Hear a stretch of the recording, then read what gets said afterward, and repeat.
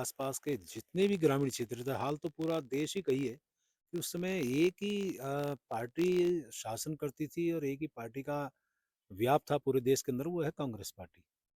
और कांग्रेस भले ही आज कुछ भी गए, लेकिन नहीं चाहती थी कि राम मंदिर का इस प्रकार से जो मंदिर वहाँ बने। लेकिन जब राम ज्योति का हम लोगों ने कार्यक्रम किए, जगह जगह जाने की बात, डोईवाला के आसपास के क्षेत्रों, चाहे कुड़का वाला हो, बुल्ला वाला हो, खैरी हो, अरे सिमलास हो, झड़ौंद हो, नागल ज्वालापुर हो, नागल बुलंदा वाला हो, इधर माजरी हो, भानिया वाला हो, थानो हो, भोगपुर हो, रायपुर हो, बाला वाला हो, नकरौंदा हो, अनेकों क्षेत्रों में हम लोग जाते थे। संत लोग हमारे साथ होते थे, हम तमाम संगठन के लोग, उसमें विश्व हिंदू परिषद ने इस बीड़े को उठाया था और हम लोग एक कार्यकर्ता के नाते घूमते थे। और उसके बाद रामशिला पूजन का भी कार्यक्रम प्रारंभ हुआ। और मुझे याद है तब भी हमारे बहुत बड़े बड़े कार्यक्रम क्षेत्रों में होते थे।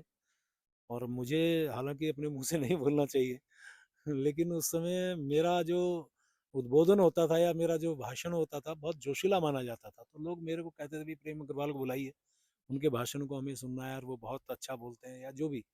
और बहुत बड़े संत, यहाँ तक कि साध्वी रितंबरा के बड़े कार्यक्रम भी हमने नोएडा में उस दौरान करे।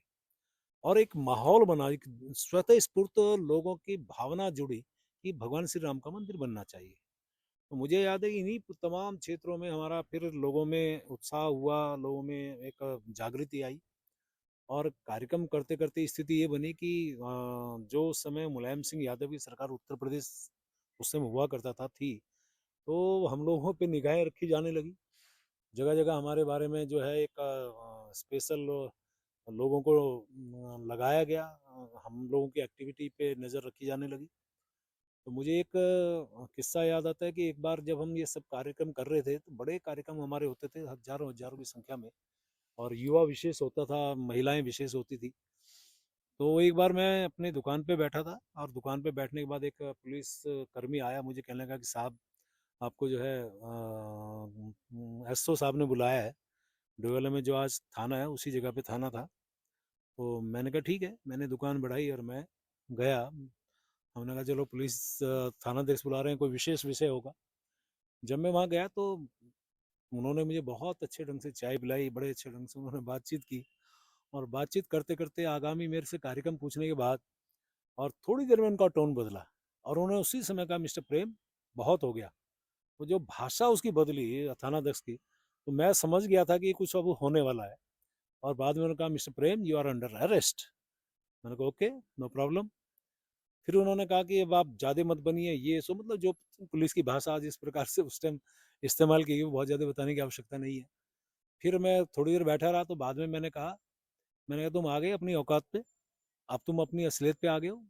और ये कहने के बाद फिर मुझे याद है कि आ, मैंने उनसे कहा, मैंने कहा ठीक है, तुमने मुझे अरेस्ट तो कर लिया, लेकिन मेरे हाथ में जो मेरे दुकान की चाबी है, ये मुझे अपने घर पहुंचानी है। यदि आप कहें तो मैं सड़क से जाके उसको दे सकता हूँ। तो उनका ठीक है, बिल्कुल थाने के आगे सड़क थी, तो मैं गया। कोई व्यक्ति जा रहा था, मैंने कहा भैया ये मेरे दुकान या घर पे कहीं भी दे देना, और ये भी बता देना कि मुझे अरेस्ट कर लिया गया है। अब आप यकीन नहीं करेंगे कि उस टाइम लगभग 500 से ज़्यादा कार सेवक या जो भी वहाँ के हमारे लोग थे, जनता थी, हिंदू मतावलंबी लोग थे, उन्होंने थाने को घेर लिया और मुझे वहाँ से छुड़वा लिया गया। अब आप देखिए कितना जुनून था उस समय। छुड़वाने के बाद फिर हम नारेबाजी करते बाजार चौराहे तक गए, वहाँ पे खूब हमने भाषण वाषण किए। और उसी टाइम किसी समझदार व्यक्ति ने कहा कि भाई अब तुम यहाँ से निकल जाओ, नहीं तो ये पुलिस है, कुछ भी करेगी। और अपने भाषण देने के बाद हम फिर इधर उधर हुए। रात को मैं किसी एक व्यक्ति के यहाँ रहा। अब आप देखिए कि उस समय की स्थिति ये थी कि मैं बिस्तर पे सो रहा था और उनकी बहन फर्श पे लेटी थी, यानी छोटा उनका घर था। और उसके बाद जब मुझे रात को ठंडा का टाइम था, तो थोड़ा सा टॉयलेट जाने की दो एक बार जाना पड़ा मुझे। तो यदि मैं उनके घर में जाता तो उस बहन को टाप के जाना पड़ता बाथरूम के लिए। तो मैंने वो ना करके मैं बाहर की तरफ गया, सड़क की तरफ। और जब मैं एक दो बार किया तो उसके बाद पुलिस ने मुझे फिर रात को अरेस्ट किया। देखिए कितनी मुखबरी मेरी हुई होगी। फिर मुझे वहाँ से उठाया गया, पुलिस में जीप में फेंका गया। फेंकने के बाद मुझे रास्ते में वो किस्सा भी आपको बताना चाह रहा हूँ कि मैंने कहा भाई अब 3 साढ़े 3 बज रहा है, मुझे भूख लग रही है रात के। तो उन्होंने कहा भाई अब तेरे को क्या खिलाए पिलाए। मैंने कुछ भी खिलाओ पिलाओ, तुम मुझे पता है कहीं ऐसी जेल में डालोगे तुम, मुझे पता नहीं कब तक मेरे को कुछ नहीं मिलेगा खाने को। तो फिर मुझे प्रिंस होटल जो यहाँ देहरादून में है, यहाँ पे लेके आए। और यहाँ उस समय 24 घंटे ढाबे खुले रहते थे, रात को भी लोग आते आते थे, तो ढाबे वहाँ खुले थे। और उस ढाबे पे उन्होंने मुझे दूध पिलाया, मुझे वो भी याद है। और एक बर्फ़ी का पीस खिलाया, हमने खाया। और तब भी मैंने उन्हें कहा कहाँ ले जाओगे, कहने लगे अब तुम्हें पुलिस लाइन ले जाएंगे। मैंने ठीक है। तब मैंने उनसे एक बात और कही, मैंने कहा अब तुम ले जाते रहो, लेकिन मेरे पास तो कुछ पैसा वैसा कुछ है नहीं, क्योंकि तुम तो मुझे ऐसे बुला लाए थे। तो उस टाइम जो सब इंस्पेक्टर था उसने मुझे 192 रुपये दिए। और ये मैंने उनको कहा, मैंने कहा जब भी मुझे छोड़ोगे, यानी कि मुझे नहीं पता तुम क्या करने वाले हो, जब मैं छूट के आऊँगा या जहाँ भी मैं जब फ्री होऊंगा तो मैं आपके पैसे लौटाऊंगा। उन्होंने मुझे 192 रुपये दिए, क्योंकि मुझे कोई अंदाज था ये कहीं ले जाएंगे, तो कहीं इन्होंने रास्ते में जंगल में छोड़ दिया, कहीं छोड़ दिया, तो कम से कम पैसे रहेंगे तो मैं वापस तो कम से कम घर आ जाऊंगा, या कुछ खाने का होगा तो खा लूंगा। रात को फिर हम वहाँ जब पहुँचे पुलिस लाइन, तो पुलिस लाइन में मेरे जैसे पूरे जिले के ऐसे वरिष्ठ लोगों को भी अरेस्ट किया गया था।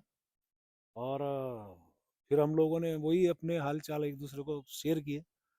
सुबह के टाइम इन्होंने कहा भी ये फटाफट फ्रेश हुई है, अब आपको यहाँ से कहीं लेके जा रहे हैं। और मुझे याद है कि उस समय जैसे ही मैं बाहर ब्रश करने के लिए गया, मतलब पेस्ट दी थी, ब्रश तो कहाँ था। तो सामने से मैं देख रहा हूँ कि हम 3 भाई हैं। मेरा बड़ा भाई भी आ रहा सामने से पुलिस की गिरफ्त में, छोटा भाई भी आ रहा है, और मेरे ताऊ जी का लड़का, यानी बड़े भाई ताराचंद, छोटा भाई ईश्वरचंद, ताऊ जी का लड़का रामनिवास। ये तीनों लोग पुलिस उनको लेके आ रही है। तो मुझे लगा, मैंने कहा भाई ये लोग भी आ गए, मैं क्यों आ रहे हो तुम लोग। कि हमने यहाँ जब तेरा पता चला तू अरेस्ट हो गया, तो हमने बाजार बंद किया, पूरे लोगों ने वहाँ पे जाम लगाया, तो पुलिस ने हमें उठा लिया। चलिए, अब हम सारे भाई वहाँ पे अरेस्ट हो गए। उसके बाद उन्होंने कहा भैया फटाफट नाश्ता करो, अब तुम्हें लेके जा रहे हैं। अब आपको एक बढ़िया बात और बता रहा हूँ, उस समय सूखी रोटी खाने को मिली। और सब्जी भी आप समझ सकते हैं पुलिस की सब्जी कैसी रही होगी, क्योंकि मुलायम सिंह यादव जो नहीं चाहता था हिंदू आगे बढ़े, नहीं चाहता था राम मंदिर बने, या नहीं चाहता था कि हिंदुओं में एकता आए, तो उस स्थिति में कैसी रोटियां सब्जियां मिली होंगी अंदाज लगाइए। लेकिन ये बात थी कि हमारे मन में भी आया कि पता नहीं कहाँ लेके जाएंगे। अब जो भी रोटी वहां मिली थी, उन रोटियों को हमने अपनी जेबों में ठूस लिया कि भाई यदि कहीं रास्ते में इन्होंने जहाँ भी ले जा रहे हैं नहीं खाने को मिला, कम से कम सूखी रोटी तो खाएंगे, पेट तो भरेंगे। तो सब ने जितनी रोटियां उनके पास थी उनसे हमने छीन के और लेके अपनी जेबों में ठूस लिया, ताकि जहाँ भी जाएंगे रास्ते में खाएंगे। अब आपको उसका आगे किस्सा सुनाता हूँ कि मैं जब वहां से, हम लोग 3 गाड़ियों में थे, लगभग मुझे ध्यान आ रहा है 42 कार सेवक थे पूरे जिले के। और ले जाके डोईवाला के आसपास जब हम पहुंचे, क्योंकि इन्होंने बताया तो था नहीं कहाँ से ले जा रहे हैं, लेकिन जब डोईवाला की तरफ से निकले, तो डोईवाला में रहता ही था, तो वहाँ मैंने देख लिया कि भाई हम डोईवाला की तरफ से जा रहे हैं। तो बाहर को मैंने सिर निकाल लिया खिड़की से। तो अब आप देखिए उस टाइम तक वो माहौल था कि लोगों में वहाँ खड़े थे, गुस्से में थे, बाजार बंद था, ट्रैफिक की स्थिति बहुत अच्छी नहीं थी, पुलिस की थी इसलिए हम लोग निकल पा रहे थे। तो जैसे ही मैंने अपना सिर बाहर निकाला, तो तमाम लोगों ने फिर हमारी उस पुलिस की गाड़ी को घेर लिया, और बाहर से उन्होंने पूरा जाम लगाया, और अंदर से हमने जो है सारे वो जो दरवाजे के डंडाले वगैरह सब खोल दिए, और हम लोग वहां से निकले। और आप देखिए कि सारे कार सेवक जितने भी थे, और मुझे लगता है कि हम उत्तर प्रदेश में थे, और यदि मैं उत्तराखंड की बात करूं, तो कह सकता हूं कि इस क्षेत्र की एकमात्र घटना उस टाइम थी, और आज भी मैं कह सकता हूं कि उस दौर की पहली और एकमात्र घटना रही कि हमने सारे कार सेवक छुड़ाए। फिर उसके बाद वही स्थिति कि समझदार व्यक्ति किसी ने कहा भैया तुम यहाँ से निकलो, पुलिस मार फिर वही अपना जो हाल करेगी। तो हम सभी लोग वहां से निकले, जितने वरिष्ठ लोग थे, जिले के सब वरिष्ठ लोग थे, क्योंकि और आपको शायद जानकारी हो या ना हो, मैं उस टाइम श्री राम कार सेवा समिति का जिला संयोजक हो चुका था। तो ऋषिकेश जाना, रायपुर जाना, गांव में जाना, जहाँ भी मेरा अपना एक कार्यक्रम, नियोजित कार्यक्रम हम लोग करते थे। और जब हम वहाँ से हम लोग फ्री, हमें छुड़ाया गया, तो अब आप देखिए आधे पौने घंटे बाद जो तांडव नृत्य किया वहाँ पुलिस ने, चारों तरफ की पुलिस वहाँ आ गई, और जो भी उनको दिखाई दिया सीधा गाड़ी में डाला, और लट वट सब कुछ उन्होंने किया। तो मुझे आज भी याद है कि आपका एक पत्रकार साथी आज भी यहाँ पे है, वो हिंदुस्तान अखबार में है, नवीन थलड़ी, वो रिपोर्टिंग करने के लिए गया, उसको अरेस्ट किया गया। एक मुस्लिम भोगपुर से आया, डोईवाला चूंकि आसपास के गांव की एक मंडी टाइप होती थी, लोग वहां से सामान खरीदते थे, वो बेचारा सामान खरीदने आया, उसे भी डाल दिया, उसे भी कार सेवक बनाया। तो इस प्रकार का वातावरण बना। और आप देखिए कि उसके बाद फिर जो है वो पूर्ति जो हम 42 लोगों को पकड़ छुड़ाया था उसकी पूर्ति की उन्होंने, और वो लेके फिर गए। तो इस प्रकार का आंदोलन रहा। लेकिन उसके बाद की भी घटना यदि आप को मैं बताऊं कि उस समय फिर एक विषय आया कि हमें सत्याग्रह करना है। और हम लोग भूमिगत थे, जगह जगह हम लोग इधर उधर जाते रहे। तो मेरी शादी हुई थी, पत्नी को पता नहीं था इस प्रकार के भी हम लोग काम करते हैं। वो बहुत परेशान थी। तो मैं हरियाणा की तरफ से आ रहा था उसके साथ ही। तो मैं मुझे याद है कैराना में रोड कटिंग कर रखी थी कि ताकि बाहर से कोई गाड़ी अंदर ना आ सके, अंदर की गाड़ी बाहर ना जा सके। ये पूरी सीमाओं को इन्होंने इस प्रकार से काटा हुआ था, बाहर से कोई गाड़ी। क्योंकि आपको याद होगा उस टाइम मुलायम सिंह ने कहा था कि अयोध्या में परिंदा भी पर नहीं मार सकता, तो बाहर का व्यक्ति आने का कोई कारण ही नहीं था। तो मैं सब इंस्पेक्टर से मिलने गया, साहब मेरे परिवार में तबीयत खराब है और हमें जाने दें, तो नहीं जाने देंगे। तो मैंने उसकी नेम प्लेट में पढ़ लिया, तो गढ़वाल का व्यक्ति था, मेरा ड्राइवर गढ़वाल का था। मैंने कहा अभी तो गढ़वाली भाषा में बात कर, क्या पता हमें जाने दे। लेकिन उसके बावजूद वो अपनी उस ड्यूटी को उसने पूरा कर लिया, जाने नहीं दिया। और फिर हम वाया सोनीपत और उधर से निकल के दिल्ली हो गए, तब हम यहाँ आए। और जब मैं यहाँ डोला पहुँचा, तय हुआ कि हमें सत्याग्रह करना है, अरेस्टिंग देनी है। उसी दौर में मेरे पिताजी को भी अरेस्ट करने की बारी आई। मेरे घर में घुसी पुलिस, एक बार नहीं अनेकों बार गई।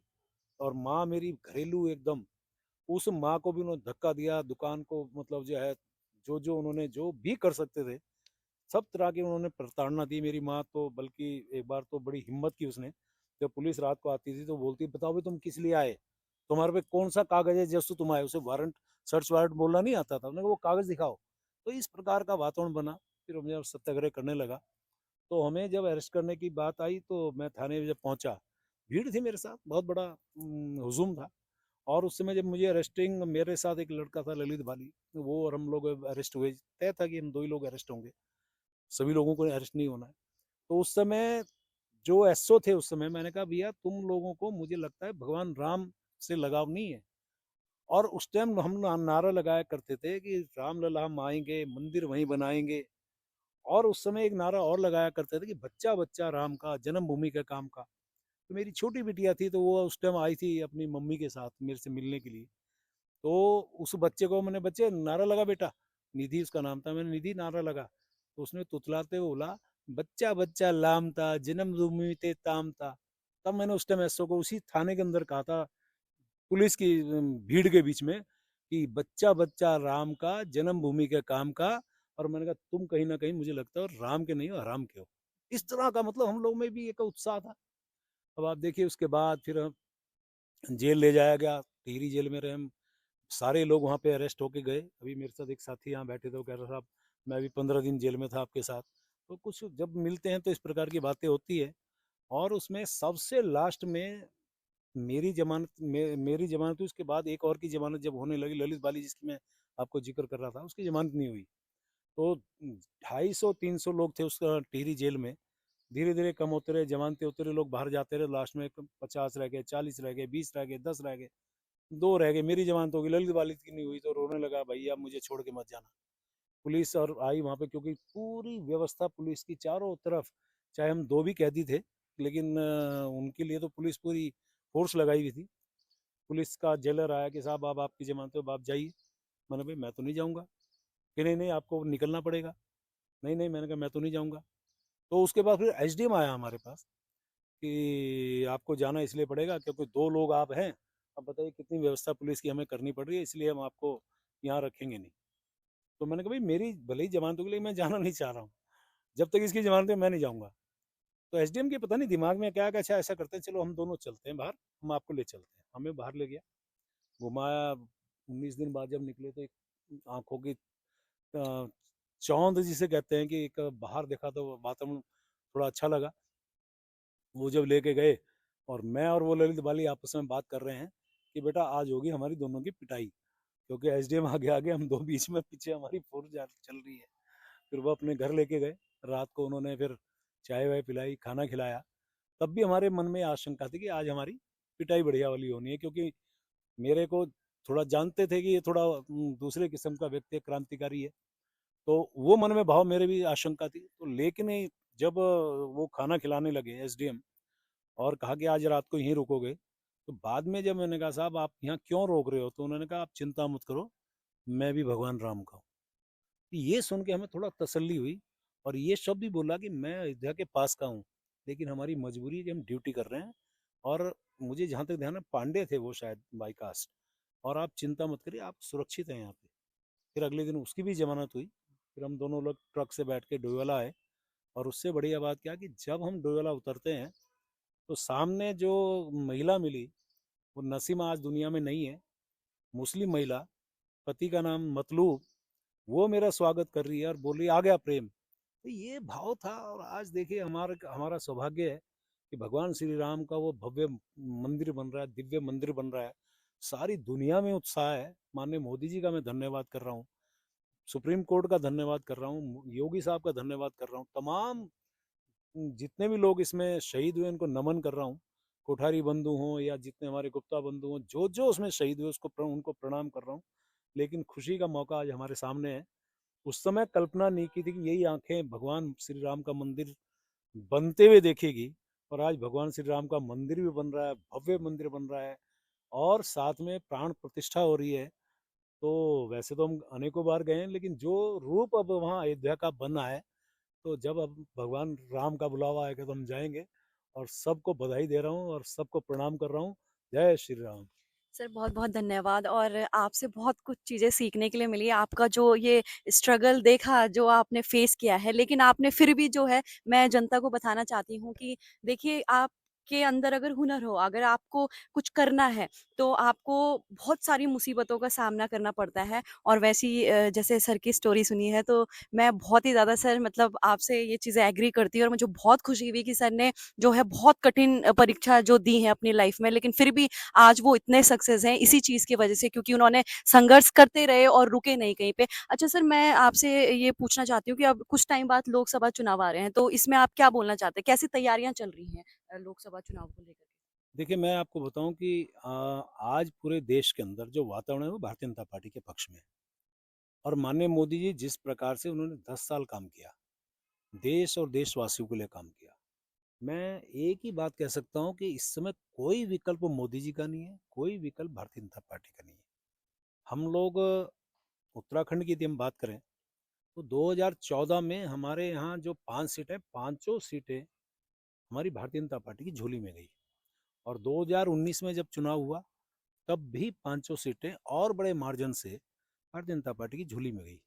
अब इस दौरान जो 10 साल माननीय मोदी जी ने काम किया, और उसमें भी आप देखिए हमारी प्रदेश सरकार जो काम कर रही है, और मोदी जी ने जिस प्रकार से बड़ी बड़ी परियोजनाओं को हमारे उत्तराखंड में दिया।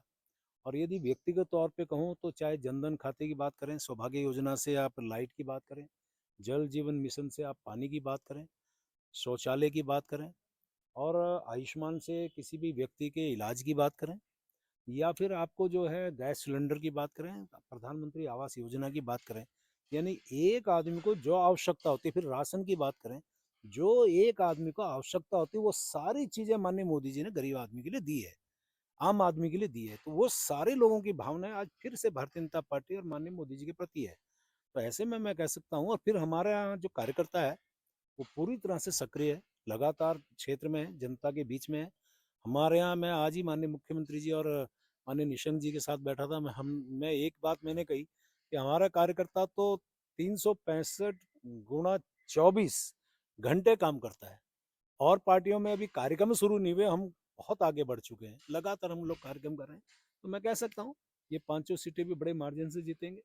और फिर से देश के अंदर बहुत बड़े संख्या के साथ, यानी कि लोकसभा सदस्यों के साथ, हमारे माननीय प्रधानमंत्री जी, जो इस देश के नहीं अब तो पूरे विश्व के सर्वाधिक लोकप्रिय नेता हैं, वो हमारे प्रधानमंत्री बनेंगे।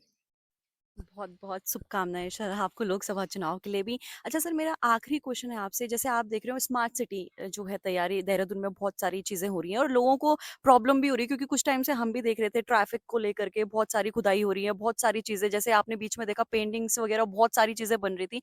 तो आप मेरे को कुछ बताइए स्मार्ट सिटी को लेके आप जनता को क्या कहना चाहते हैं जिस तरीके से कहा गया है स्मार्ट सिटी? देखिए एक तो मैं माननीय प्रधानमंत्री जी का फिर से धन्यवाद कर रहा हूँ कि 100 जो स्मार्ट सिटी देश के अंदर बनी, उसमें एक स्मार्ट सिटी का जिम्मा देहरादून को मिला है। और उसमें एक बात मैं बहुत स्पष्ट कर दूं कि स्मार्ट सिटी देहरादून को बनाने का मतलब ये नहीं है कि हमारे यहाँ जो 100 वार्ड हैं, 100 के 100 वार्ड उसमें स्मार्ट होने हैं। सिर्फ 10 वार्डों को स्मार्ट बनाया जाना है। और उसमें जो जो भी काम होने थे, मैं हालांकि अभी मेरे पर वो पूरी सूची नहीं है, लेकिन 16 काम हम पूरी तरह से कंप्लीट कर चुके हैं स्मार्ट सिटी के माध्यम से। और अब हमारे पास जो शेष कार्य हैं उसमें ज़्यादातर काम हो गए। जैसे आप देखिए सड़क का, और आप जब इसी रोड की तरफ से आते हो कैसा अच्छा लग रहा होगा आपको। आप देखिए परेड ग्राउंड का काम पूरा हो गया है, पलटन बाजार का काम पूरा हो गया है, फसाड का काम पूरा हो गया है। उसी प्रकार से स्मार्ट बसें आपके जो हरे रंग की दिखती हो, 30 बसें हमारे यहाँ पूरे, अब ये पूरे नगर निगम के उससे बाहर भी जा रही हैं, मतलब 10 वार्ड से बाहर भी जा रही हैं। जो हमारे यहाँ अन्य पीपी पोल लगने, स्मार्ट पोल वो लग चुके हैं। हमारे यहाँ जो ड्रेनेज का काम था वो लगभग हम लोग काफ़ी तेज़ी से, मैंने कल भी निरीक्षण किया है। और उसी प्रकार से जो सीवरेज का काम है वो भी हमारे यहाँ अब लगभग काफ़ी आगे बढ़ चुका है। एक काम में मैं कह सकता हूँ जिसमें मुझे थोड़ा सा दिक्कत आएगी कहते हुए कि वो काम अभी हम शुरू किसी कारण से नहीं कर पाए हैं। वो जो हमारे यहाँ एक बड़ी बिल्डिंग बननी थी, ग्रीन बिल्डिंग, उसको हम लोग बहुत जल्द शुरू करेंगे। ये शेष कार्य हमने किए हैं। और आपको ये भी बता दूं कि ये मेरे इसी कार्यकाल के दौरान इतनी तेजी आई कि आज लोग मुझे बधाइयाँ दे रहे हैं। मुझे बधाइयाँ दे रहे हैं कि आपने इतनी तेजी से काम किया। देखिए रात को मुझे निरीक्षण करना हो तो मैं निरीक्षण करता हूँ, दिन में मैं लगातार बैठता हूँ, मॉनिटरिंग करता हूँ, बैठकें लेता हूँ। आपको जानकारी होगी जब हमारे यहाँ सड़क का, ड्रेनेज का, सीवरेज का काम जब नहीं हो पा रहा था, जो पुरानी कंपनियां जिनको जिम्मा दिया गया था नहीं कर पाई, पहले उनसे बैठा, उनसे समझाया, उनसे बातचीत की। नहीं तो फिर बाद में हाई पावर कमेटी के माध्यम से उनको हटाने का भी काम किया, काम में तेजी आई। तो मैं आज कह सकता हूँ, और वैसे भी जून 2024 तक हमें ये काम कंप्लीट करने हैं, हम पूरा करेंगे और गुणवत्ता के साथ करेंगे। और मैं फिर से आपको कह रहा हूँ कि थोड़ा धैर्य और रखना है, लेकिन हम लोग लगातार मॉनिटरिंग कर रहे हैं। माननीय हमारे मुख्यमंत्री जी लगातार इसमें मॉनिटरिंग करते हैं। हम बहुत जल्द इस काम को पूरा करेंगे। बहुत बहुत धन्यवाद सर हमारे साथ जुड़ने के लिए। और जिस तरीके से सर आपका जोश है अभी भी, मुझे पूरा विश्वास है कि आप बहुत आगे तक जो है जाएंगे और हमारे जनता को बहुत सारी फैसिलिटीज जो हैं, जो नहीं भी हैं, वो भी प्रोवाइड कराएंगे। तो हमारे साथ बहुत बहुत जुड़ने के लिए धन्यवाद। तो देखते रहे उदय प्रभात न्यूज़ चैनल के साथ।